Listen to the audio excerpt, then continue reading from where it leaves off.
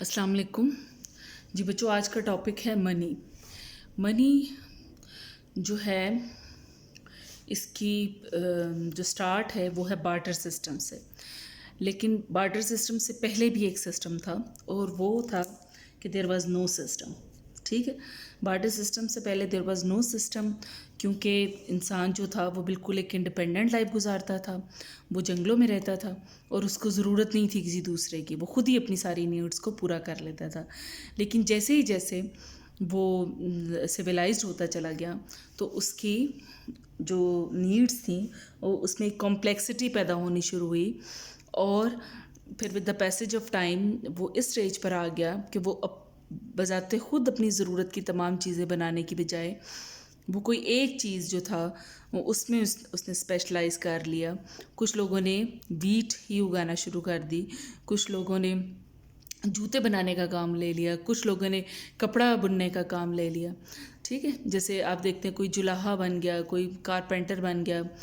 तो अब इस स्टेज पर लोग क्या करते थे कि वो the exchange goods for goods were exchange for goods. So this is the barter system. Barter system में क्या किया जाता कि आप जो भी शय तैयार कर रहे हैं, फॉर एग्ज़ाम्पल कि अगर ए पर्सन जो है वो क्रॉप्स को तैयार करता है, वीट को तैयार करता है, प्लांट्स ग्रो करता है, वेजिटेबल्स और फ्रूट्स ग्रो करता है, तो वो उनके इवज़ जो है वो क्लोथ भी हासिल कर लेता और अपनी उस प्रोडक्शन के इवज़ वो वीट भी हासिल शूज़ हासिल कर लेता। अगर उसको शेल्टर चाहिए होती तो भी वो अपनी इन्हीं प्रोडक्शन के को एक्सचेंज करके तो शेल्टर भी ले लेता। लेकिन इस बार्टर सिस्टम के अंदर बहुत सारी डिफ़िकल्टीज़ देखने में आई। उसमें जो सबसे पहली डिफ़िकल्टी थी, जो सबसे मेजर प्रॉब्लम था, वो था जी lack of double coincidence of certain wants. ठीक है, जैसे उसमें कंपैटिबिलिटी जो है वो नीड्स की मौजूद नहीं थी, या अगर होती तो उसको फाइंड आउट करना बड़ा मुश्किल होता। जैसे अगर कोई वीट ग्रोअर है तो अगर वो वीट को ग्रो कर रहे हैं तो और उसके इवज़ उसको क्लोथ और शूज़ की ज़रूरत है, तो उसको पहले अगर वो एक बी पर्सन के पास जाता है जो एक शूज़ और क्लोथ को तैयार कर रहे हैं, उसको कहता है कि मुझे शूज़ और क्लोथ दे दो, बदले में तुम मेरी वीट ले लो। लेकिन हो सकता है कि जो पर्सन बी है उसको वीट की बिल्कुल ज़रूरत ना हो और उनकी आपस में डील ना हो पाए। ठीक है, तो अब जो पर्सन ए है उसको किसी ऐसे शख्स को तलाश करने पड़ेगा जिसको वीट की ज़रूरत भी हो और जिसके पास क्लोथ और शूज़ मौजूद भी हों। सो this was the biggest problem कि कोइंसिडेंस जो है वो वांट्स की वो मुश्किल होती थी। दूसरा जो बड़ा प्रॉब्लम था वो था lack of the common measure of value. ठीक है, हम फ़र्ज़ करते हैं कि जैसे पर्सन ए और पर्सन बी है, person A is growing wheat और पर्सन बी जो है वो शू मेकर है, और वो दोनों ये आपस में तय कर लेते हैं कि ठीक है they will exchange their goods. लेकिन अब वीट को शूज़ की टर्म में बताया जाएगा कि जो है वो एक जो टन या एक जो बैग है वीट का वो कितने जूतों के बराबर होगा। ठीक है, और तो इट्स अ डिफ़िकल्ट टास्क, क्योंकि वो जो वीट वाला है उसको एक ही बस शू का पेयर चाहिए, लेकिन एक शू पेयर के इवज़ वो बहुत थोड़ी सी उसको वीट देने को तैयार है। अच्छा, अब मतलब उनको एक्सचेंज रेट तय करना पड़ेगा कि शूज़ और वीट का क्या एक्सचेंज रेट होगा। अच्छा, फिर अगर उसको अपनी डीलिंग करनी पड़ती है क्लोथ वाले के साथ, तो फिर उसको नए सिरे से एक एक्सचेंज रेट तय करना पड़ेगा, और जो कि उन दोनों का म्यूचुअल होगा। और अगर किसी और जगह पर ये डीलिंग हो रही है तो वहाँ पर कोई और एक्सचेंज रेट होगा, और हर दफ़ा एक नए सिरे से एक्सचेंज रेट को तय करना पड़ता। और दूसरी बात ये कि चीज़ों की वैल्यूज़ बहुत डिफरेंट होती हैं। मतलब अब कैसे उसको जज करें। जैसे अगर कोई हीरे को प्रोड्यूस कर रहा है और वो कहता है कि मेरा हीरा बहुत ज़्यादा कीमती है, लेकिन वो अपनी जो है वो छोटी छोटी उसको पहली बात तो ये कि वो जो हीरे को पहचानेगा कौन, हर किसी को तो हीरे की पहचान ही नहीं है। और फिर वो हीरे का जो है वो एक छोटा सा हीरा वो इतनी ज़्यादा मालियत का रखता है, और दूसरी तरफ उस मतलब अगर जैसे ईंटें हैं, कॉटन है, वीट है, उनका जो है वो मेजर ऑफ वैल्यू जो है वो बिल्कुल डिफरेंट है। और हर दफ़ा एक नए सिरे से ये मेहनत करना पड़ती कि चीज़ों का एक्सचेंज रेट क्या तय पाएगा। उसके बाद तीसरी जो मुश्किल पेश आती वो थी lack of store of value. ठीक है, lack of store of value के स्टोर करना मुश्किल था। जैसे फॉर एग्ज़ाम्पल कि अगर एक आम के बाग का मालिक है, अब वो एक रिच मैन है, वो एक वेल्दी पर्सन है, ठीक है, लेकिन सर्दियों के अंदर जब आम की प्रोडक्शन नहीं है तो it means he have nothing to exchange. वो सर्दियों में पुअर हो जाएगा, गर्मियों में वो रिच होगा। ठीक है, दिस वॉज अ प्रॉब्लम कि lack of store of value, कि जो आपकी वेल्थ है, जो आपकी वैल्यू है, आप उसको स्टोर नहीं कर सकते। फिर अगला जो प्रॉब्लम आता था वो था lack of the divisibility of certain commodities. इसके अंदर फिर बच्चों वही बात जैसे मैं कह रही थी कि अगर एक शख्स जिसके पास डायमंड है, लेकिन उसके पास वो एक ही छोटा सा उसके पास डायमंड है और वो बहुत ज़्यादा कीमती है, वो 10 मिलियन रुपीज़ का है, लेकिन उसकी जो रोज़मर्रा की छोटी छोटी ज़रूरतें हैं जो कि उसको मुख्तलिफ़ लोगों से चाहिए, ठीक है, उसको फूड भी परचेज़ करनी है, उसको क्लोथ भी परचेज़ करने हैं, उसको शूज़ भी परचेज़ करने हैं, उसको शेल्टर भी परचेज़ करनी है। ठीक है, अब ये जो एक डायमंड है, अब ये तो बहुत ज़्यादा कीमती है और इसके ना ही इसके छोटे छोटे हिस्सों में वो डिवाइड कर सकता है, तो फिर वो क्या करे।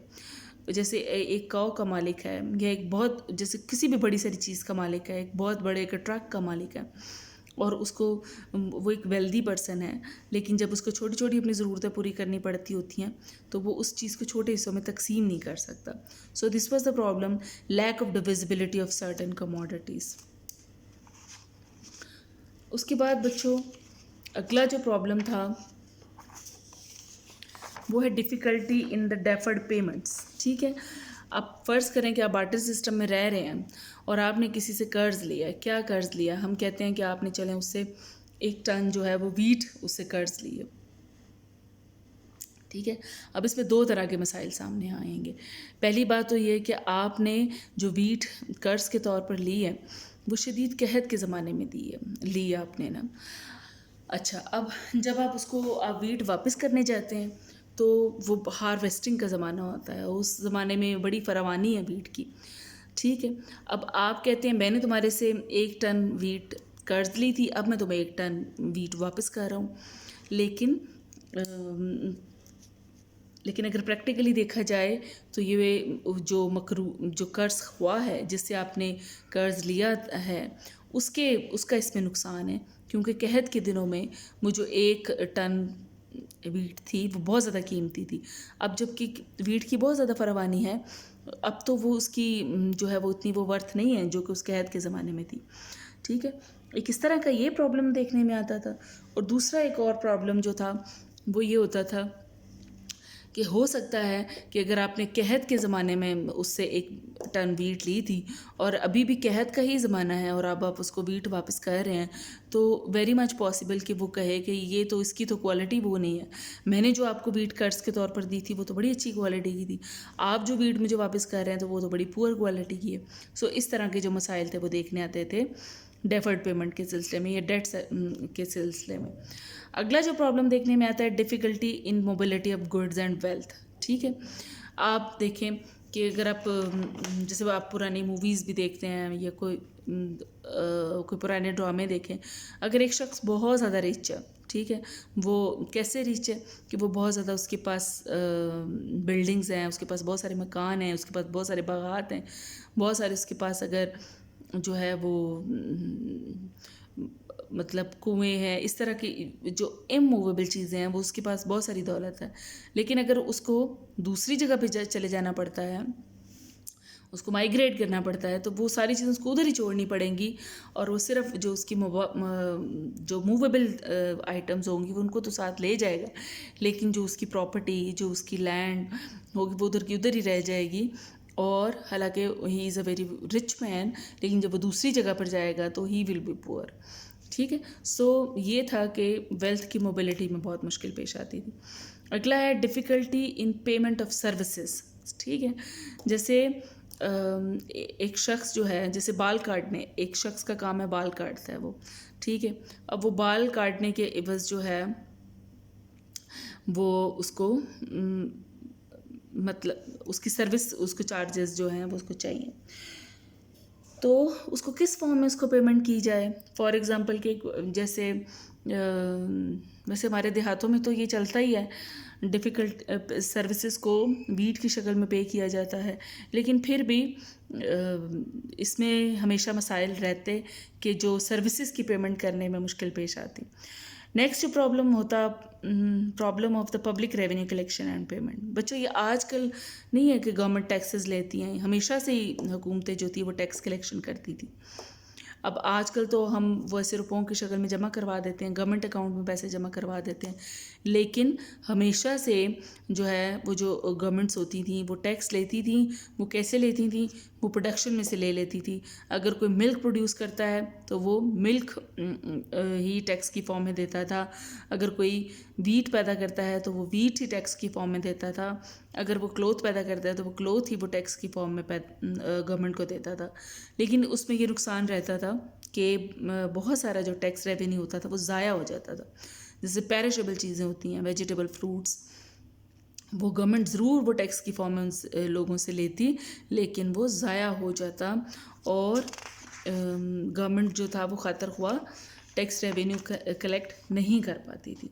ठीक है जी बच्चों, ये सारी मुश्किलात की बिना पर ये महसूस किया जाता रहा कि ये जो है आपका बार्टर सिस्टम जो है, जिसके अंदर goods are exchange for goods, ये जो है ये कोई इतना ज़्यादा प्रैक्टिकल नहीं है। और इसकी इम्प्रैक्टिकलिटी वैसे वैसे बढ़ी जैसे जैसे इंसान ने तरक्की की, जैसे जैसे उसकी जो नीड्स थी वो कॉम्प्लेक्स हुई, जैसे जैसे वैरायटी पैदा हुई, तो वैसे वैसे ही ये जो बार्टर सिस्टम था ये नाकाम होता चला गया। और फिर ये ज़रूरत महसूस की गई कि किसी एक चीज़ को as a medium of exchange इस्तेमाल किया जाना चाहिए। उसमें डिफरेंट स्टेजेस आई और उसको हम कहते हैं evolution of money. Evolution of money, जैसे कि पहली स्टेज तो बार्टर सिस्टम ही है कि गुड्स एज मनी, कि गुड्स को ही as a medium of exchange इस्तेमाल किया जाता कि जी वीट के बदले क्लोथ एंड क्लोथ के बदले शूज़ और शूज़ के विवज जो है मिल्क एंड लाइक दिस। ये पहली स्टेज है जो कि बार्टर सिस्टम ही है। उसके बाद दूसरी स्टेज आती है metal coin and as money, यानी एज मनी। ठीक है, इसमें अच्छा बच्चों ये जो बार्टर सिस्टम के अंदर ये जो स्टेज 1 है, इसमें ये भी एक स्टेज आई थी कि किसी एक चीज़ को स्पेसिफिक कर दिया गया कि अच्छा जी इसको as a medium of exchange इस्तेमाल किया जाएगा। दुनिया के मुख्तलिफ़ हिस्सों में मुख्तलिफ जो हैं सिविलाइजेशंस, उसमें मुख्तलिफ़ चीज़ों को इंडिकेट किया गया। कहीं पर तंबाकू को इस्तेमाल किया गया as a medium of exchange कि सिर्फ तंबाकू के एवज़ी चीज़ों के एक्सचेंज किया जाएगा। कहीं पर सिर्फ नमक को इस्तेमाल किया गया, कहीं पर सिर्फ लेदर को इस्तेमाल किया गया।